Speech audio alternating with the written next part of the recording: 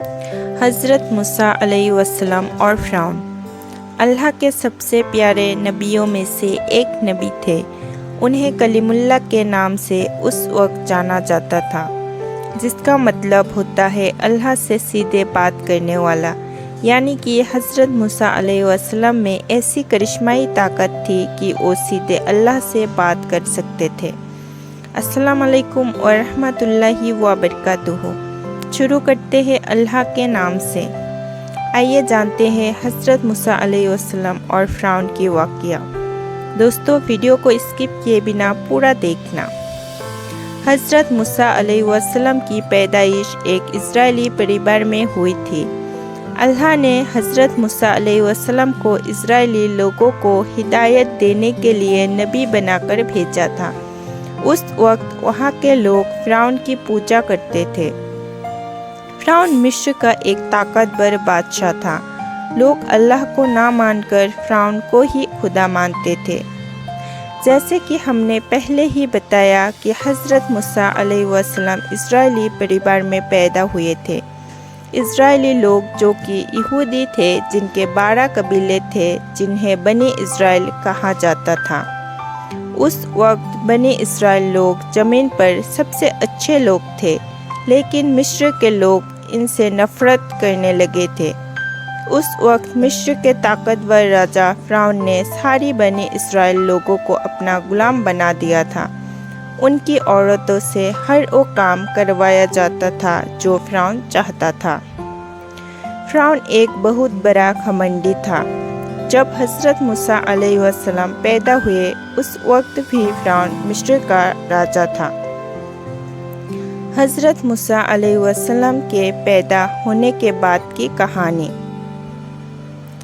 حضرت موسیٰ علیہ السلام کے دنیا میں آنے سے پہلے فرعون کو کسی نے خبر دی تھی بنی اسرائیل لوگوں میں سے ایک لڑکا جلد ہی پیدا ہوگا۔ اس کے پیدا ہوتے ہی فرعون کا سارا سامراجیہ ختم ہو جائے گا۔ یہ بات سن کر فرعون گھبرا گیا اور اس نے اپنی سینا کو آدیش دیا کہ ہر بنی اسرائیل کے گھروں کی تلاشی کرو اور جہاں بچہ دکھ رہا ہے اسے مار دو۔ فرعون صرف بیٹے کو مارنا چاہتا تھا، بیٹیاں ہونے پر وہ انہیں چھوڑ دیتا تھا۔ فرعون کا آدیش ملتے ہی سپاہی بنی اسرائیل کے گھروں کی تلاشی میں نکل گئے اور ایک ایک کر کے ان کے بچوں کا قتل کرنا شروع کر دیا۔ جب حضرت موسیٰ علیہ السلام کی ماں کو اس بات کی خبر لگی تب وہ بھی ڈر گئی۔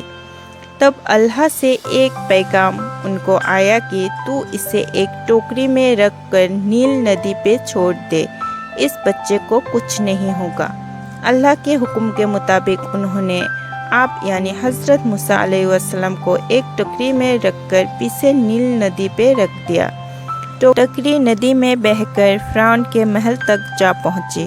ٹوکری کو دیکھتے ہی فرعون کے سپاہیوں نے حضرت موسیٰ علیہ السلام کو ٹوکری سے نکالا اور فرعون کے پاس لے گئی۔ محل پہنچتے ہی فرعون کی بیوی نے آپ یعنی حضرت موسیٰ علیہ السلام کو پہچان لیا اور کہا کہ یہ بنی اسرائیل کے گھر کا ہی بیٹا ہے جس سے ہمیں خطرہ ہے۔ فرعون آپ کو اسی وقت مارنا چاہتا تھا، لیکن فرعون کی بیوی نے کہا کہ اسے مارو مت، اس کے زندہ رہنے سے ہماری آنکھوں کو ٹھنڈک ملتی رہے گی کہ ہمارا دشمن ہمارے سامنے ہی ہے اور ہمارے قید میں ہے۔ فرعون نے اس کی بیوی کی بات مان لی اور آپ کو اپنے محل میں رکھ لیا۔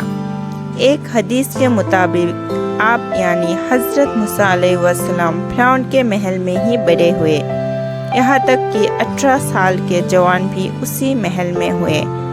آپ نے حضرت شعیب کی بیٹی شفورہ سے شادی بھی کی۔ حضرت موسیٰ علیہ السلام نے بڑے ہو کر لوگوں کو سمجھایا کہ فرعون کی پوجا کرنا بند کرو اور ایک اللہ کی عبادت میں یقین کرو۔ ایک حد تک لوگ اس کی بات مان بھی گئے تھے۔ اسی دوران مصر میں بھینکر اکال پڑا تھا۔ لوگ کئی بیماریوں سے مبتلا ہو گئے تھے۔ سارے لوگ حضرت موسیٰ علیہ السلام کے پاس پہنچے اور کہا کہ ہم آپ کے کہنے پر چلیں گے، اور وعدہ کیا کہ وہ ایک اللہ کی ہی عبادت کریں گے۔